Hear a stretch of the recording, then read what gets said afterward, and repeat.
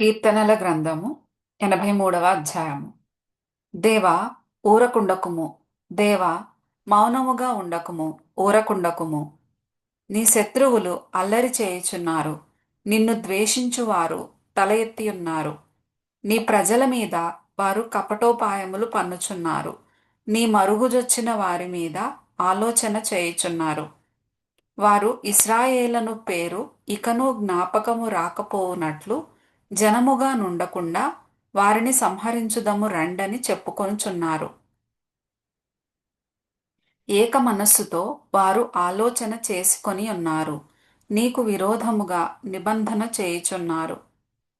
గుడారపు వాసులైన ఎదోమీయులను, ఇష్మాయేలీయులను, మోయాబీయులను, హగ్రీయీయులను, గెబలు వారును, అమ్మోనీయులను, అమాలేకీయులను, ఫిలిష్తీయులను, తూరు నివాసులను నీకు విరోధముగా నిబంధన చేసుకొని ఉన్నారు.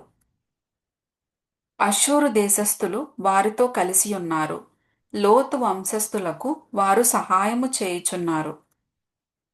మిద్యానునకు నీవు చేసినట్లు కీషోను ఏటి యొద్దను నీవు సీసెరాకును యాబీనునకును చేసినట్లు వారికిని చేయుము. వారు ఎందోరులో నశించిరి, భూమికి పెంట అయిరి. ఓరేబు, జెయేబు అనువారికి నీవు చేసినట్లు వారి ప్రధానులకును చేయుము. జబహు, సల్మున్న అనువారికి చేసినట్లు వారి సకల రాజులకును చేయుము. దేవుని నివాస స్థలములను మనము ఆక్రమించుకొందమని వారు చెప్పుకొనుచున్నారు.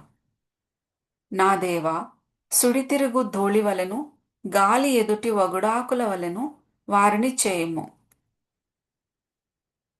అగ్ని అడవిని కాల్చునట్లు, కారుచిచ్చు కొండలను తగులపెట్టునట్లు నీ తుఫాను చేత వారిని తరుముము. నీ సుడిగాలి చేత వారికి భీతి పుట్టించుము.